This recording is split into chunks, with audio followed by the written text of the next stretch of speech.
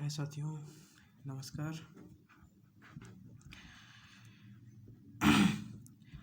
देखिए, आज हम बात करेंगे गुणांक के बारे में। गुणांक क्या होता है, कैसे बनता है, कैसे निकाला जाता है, इन सब बातों पे हम चर्चा करेंगे और पूरी कोशिश करेंगे कि आपको गुणांक समझ में आ जाए, कैसे निकाला जाता है। आइए देखते हैं। देखिए, ये जो गुणांक है, ये 2 स्टेप से बनता है। पहला स्टेप जो है वो आपका एकेडमिक है और दूसरा स्टेप जो है वो आपका रिटन एग्ज़ाम है। पहला स्टेप में क्या, देखिए, पहले स्टेप में सबसे पहले आपका हाई स्कूल का परसेंटेज, हाई स्कूल का परसेंटेज है।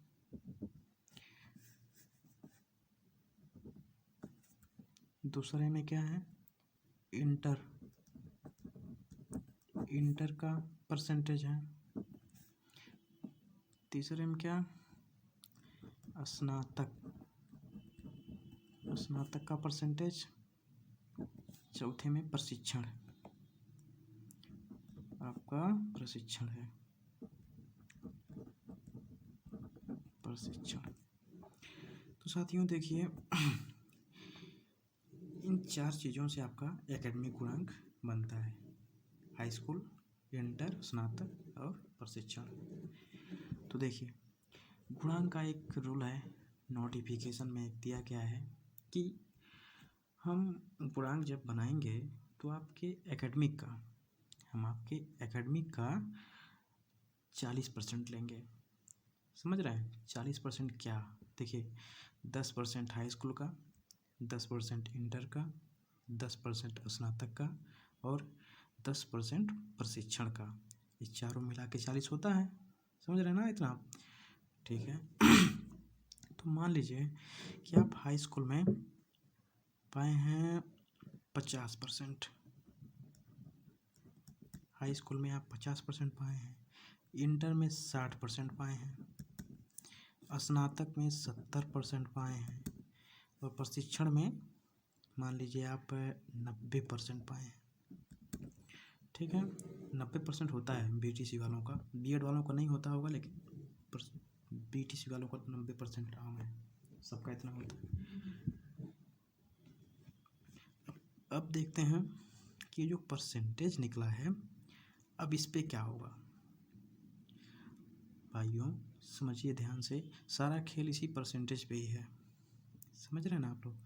अब जो सरकार का क्राइटेरिया है कि हम एकेडमिक से 40% लेंगे, तो आपके हाई स्कूल का 50% है, अब इस 50% का 10% निकालेंगे हम। 10% इसका, 10% इसका, 10% इसका, 10% इसका।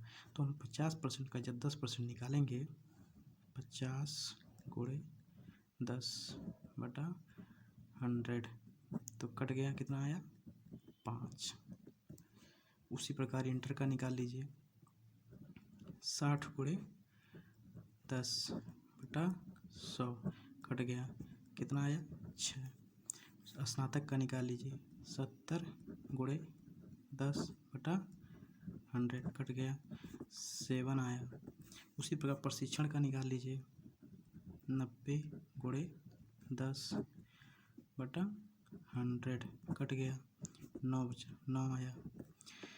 अब देखिए ध्यान से समझिएगा, जो ये 5, 6, 7, 9 आया है, यही आपका गुणांक है। अब इस चारों को हम क्या करेंगे? जोड़ देंगे।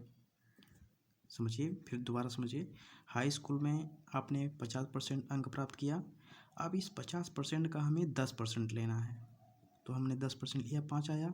इंटर का आपने 60% हासिल किया, इस 60% का अगर 10% हमें लेना है तो 6 आया।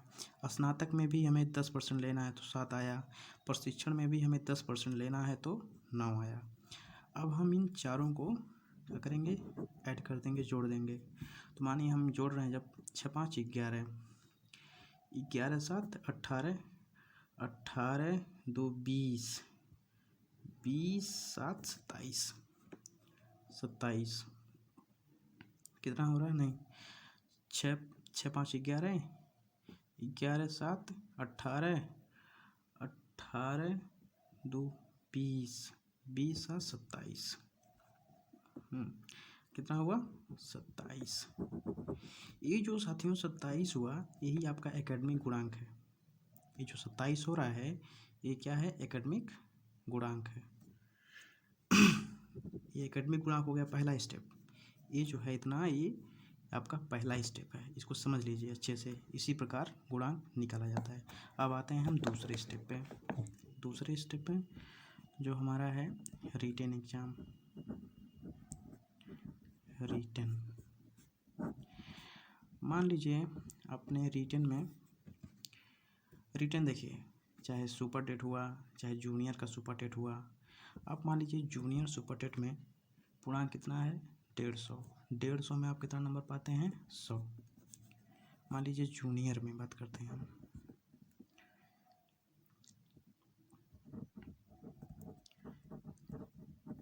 जूनियर एडेड, इसमें आप कितना पाते हैं? 150। 150 में मान लीजिए आप 100 नंबर पाते हैं। 100 नंबर, 150 में 100 नंबर आपको मिलता है। 100 नंबर। अब हमें क्या करना है? 150 में आपको 100 नंबर मिला। अब हमें इस प्राप्तांक पे जो आपने 100 नंबर पाया है, इसका हमें 60% लेना है, क्योंकि नोटिफिकेशन में है कि हम एकेडमिक का 40% और रिटेन का 60% लेंगे। जब हम 100 का जो आप प्राप्तांक है आपका 100 हो, इसका 60% लेंगे, तो मान लीजिए हम इस तरह करेंगे 100 गुणे 60 बटा पूर्णांक आपका 150 है, 150 में भाग कर देंगे। समझिएगा, 150 में जब भाग कर देंगे कितना आएगा? 0 0 कट गया। अब 5 अब कट गया, तो अब 100 छक्का 600, 600 बटा 15, 5 यहाँ 15, 12, 120, 120 बटा 3, 3 का 3 चौको 12, 40। कितना आया? बराबर 40।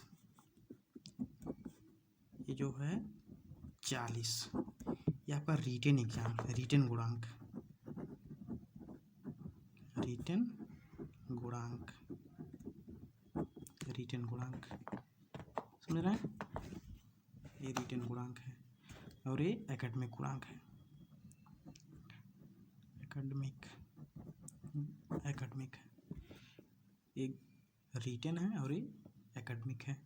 अब जब भर्ती प्रक्रिया पूर्ण होती है, तो इस एकेडमिक को और इस रिटेन को, दोनों को गुणांक को हम जोड़ देते हैं। तो मान लीजिए 40 प्लस 27 कितना हुआ?